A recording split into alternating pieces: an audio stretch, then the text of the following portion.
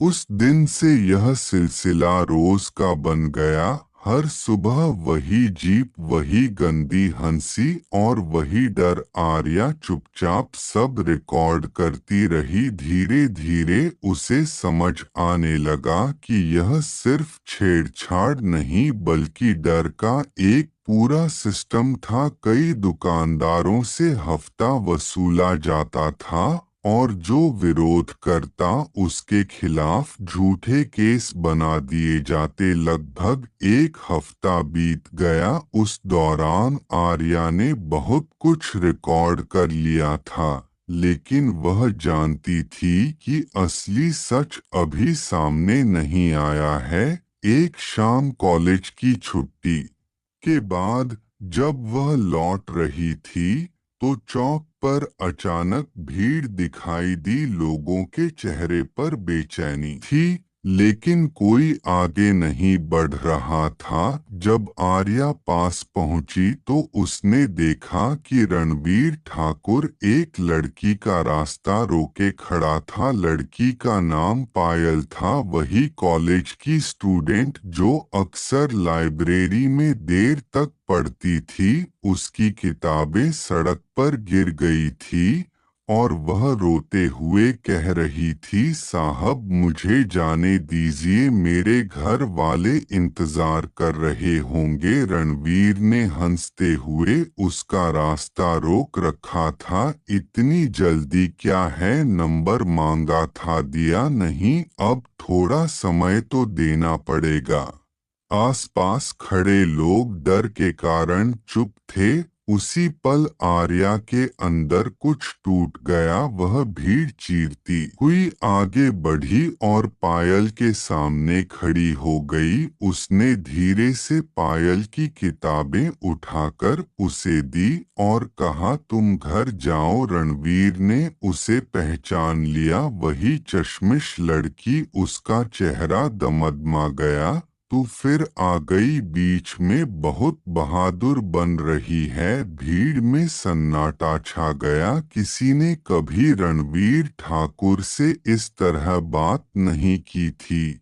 लेकिन सोनाली बनी आर्या की आवाज शांत थी, आप पुलिस हैं, आपको लोगों की सुरक्षा करनी चाहिए, डराना नहीं। यह सुनते ही रणवीर का चेहरा लाल हो गया। उसने एक कदम आगे बढ़कर कहा, बहुत जुबान चल रही है तेरी, अभी थाने ले जाकर सारी बहादुरी निकाल दूंगा। लेकिन आर्या के चेहरे पर कोई डर नहीं था। उसे पता था कि खेल अब उस मोड़ पर पहुंच चुका है जहां से सच्चाई सामने आने वाली है। उसे यह भी नहीं पता था कि इस पूरे मामले के पीछे सिर्फ रणवीर ठाकुर नहीं बल्कि एक ऐसा जाल फैला है जो पुलिस मुख्यालय तक पहुंचता है और आने वाले दिनों में उसे पता चलने वाला था कि उस जाल में उसका अपना एक भरोसेमंद वरिष्ठ अधिकारी भी शामिल है। उस शाम चौक पर जो हुआ था उसने पूरे इलाके का माहौल बदल दिया था। लोग भले ही चुप खड़े रहे थे, लेकिन हर किसी की आंखों में एक ही सवाल तैर रहा था, यह साधारण सी दिखने वाली लड़की आखिर इतनी हिम्मत कहाँ से ला रही है। पायल धीरे धीरे भीड़ से निकलकर घर की तरफ चली गई, लेकिन चौक पर खड़े लोग अभी भी वहीं ठिठके हुए थे। रणवीर ठाकुर का गुस्सा साफ दिखाई दे रहा था। उसकी आंखें खून की तरह लाल हो चुकी थी। उसने सिगरेट का लंबा कश लिया और जमीन पर थूकते हुए बोला, सोनाली है ना नाम तेरा, याद रखना इस शहर में पुलिस से टकराने का मतलब क्या होता है, यह बहुत जल्दी समझ आ जाएगा। उसकी आवाज में ऐसी ठंडक थी कि आसपास खड़े लोगों की रूह कांप गई। लेकिन सोनाली बनी आर्या बिना कुछ कहे वहां से आगे बढ़ गई। उसके कदम तेज थे, लेकिन चेहरा पूरी तरह शांत। उसके बैग में लगा छोटा सा कैमरा अभी भी रिकॉर्ड कर रहा था रणवीर की धमकी की, भीड़ की खामोशी और उस डर को जो सालों से इस शहर की हवा में घुल चुका था। उस रात आर्या अपने छोटे से किराए के कमरे में देर तक बैठी रही। बाहर हल्की बारिश हो रही थी और टीन की छत पर गिरती बूंदों की आवाज कमरे की खामोशी को और गहरा बना रही थी। उसने अपना बैग खोला और रिकॉर्डिंग डिवाइस लैपटॉप से जोड़ दिया। स्क्रीन पर एक एक कर वीडियो चलने लगे। गंदी टिप्पणियां, दुकानदारों से पैसे मांगना, लोगों को धमकाना। हर क्लिप के साथ आर्या का चेहरा और गंभीर होता जा रहा था। यह सिर्फ कुछ पुलिस वालों की बदतमीजी नहीं थी, बल्कि एक संगठित डर था जो पूरे इलाके को जकड़े हुए था।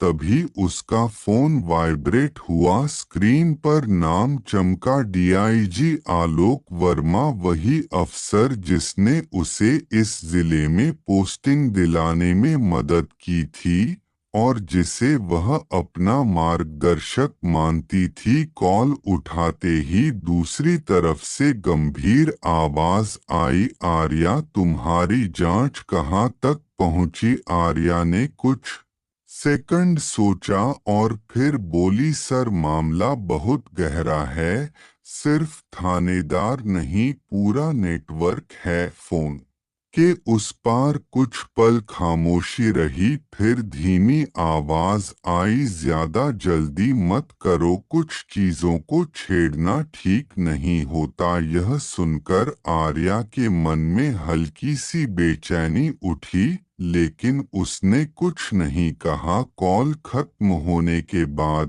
भी उसके दिमाग में वही शब्द गूंजते रहे, कुछ चीजों को छेड़ना ठीक नहीं। अगली सुबह जब वह कॉलेज के रास्ते पर पहुंची तो चौक पर माहौल पहले से अलग था। रणवीर ठाकुर जीप के पास खड़ा था और उसके साथ दो नए चेहरे भी दिखाई दे रहे थे, स्थानीय ठेकेदार महेश सिंघानिया और नगर परिषद का पार्षद सुरेश पाल। दोनों इलाके में काफी रसूख रखते थे।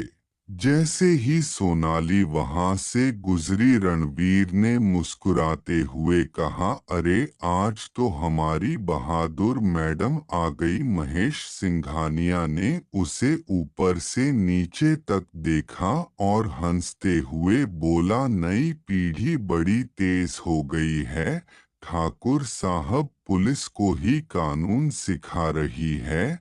सोनाली चुपचाप आगे बढ़ गई, लेकिन उसके कैमरे ने इस बार सिर्फ आवाज ही नहीं बल्कि उस पूरे नेटवर्क की पहली झलक कैद कर ली थी।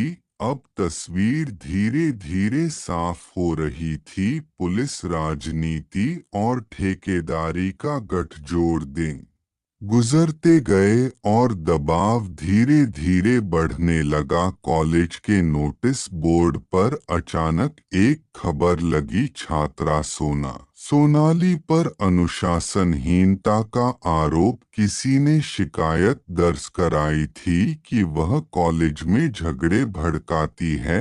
उसी शाम जब वह कमरे पर लौटी तो मकान मालकिन राम दुलारी अम्मा घबराई हुई थी। बेटी, आज दो आदमी आए थे, पूछ रहे थे तू कहाँ से आई है, क्या करती है? मुझे अच्छा नहीं लगा। यह सुनकर आर्या के मन में एक हल्की सी चेतावनी सी बज उठी। इसका मतलब था कि अब उसकी मौजूदगी कुछ लोगों की नजर में आ चुकी है। उसी रात उसके फोन पर एक अनजान नंबर से कॉल आया। दूसरी तरफ से भारी आवाज आई, ज्यादा हीरो बनने की कोशिश मत करो लड़की, वरना तुम्हारे परिवार तक बात पहुंच जाएगी। कॉल कट गया, लेकिन आर्या की आंखों में डर की जगह एक और ही चमक आ गई। उसे समझ आ गया था कि वह सही जगह चोट कर रही है, लेकिन असली झटका अगले ही दिन लगा। सुबह ऑफिस से एक सरकारी फाइल उसके निजी ईमेल पर भेजी गई थी। उसमें एक नोट लगा था, आपकी जांच की रिपोर्ट सीधे डीआईजी ऑफिस को भेजें। यह सामान्य प्रक्रिया नहीं थी। आमतौर पर ऐसी जांच सीधे एसपी के नियंत्रण में रहती थी।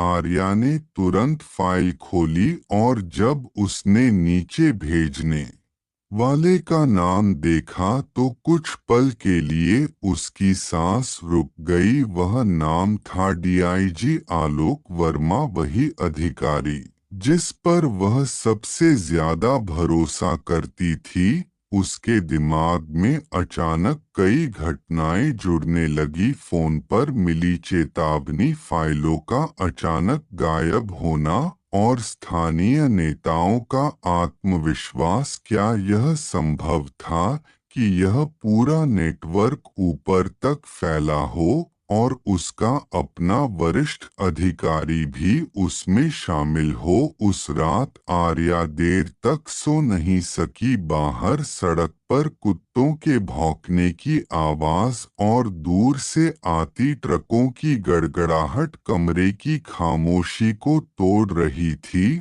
उसने खिड़की से बाहर देखा, शहर वैसे ही सो रहा था जैसे सालों से सोता आया था, लेकिन अब उसे साफ दिखाई दे रहा था कि इस शहर के डर की जड़ सिर्फ रणवीर ठाकुर नहीं बल्कि उससे कहीं ऊपर तक फैली हुई है।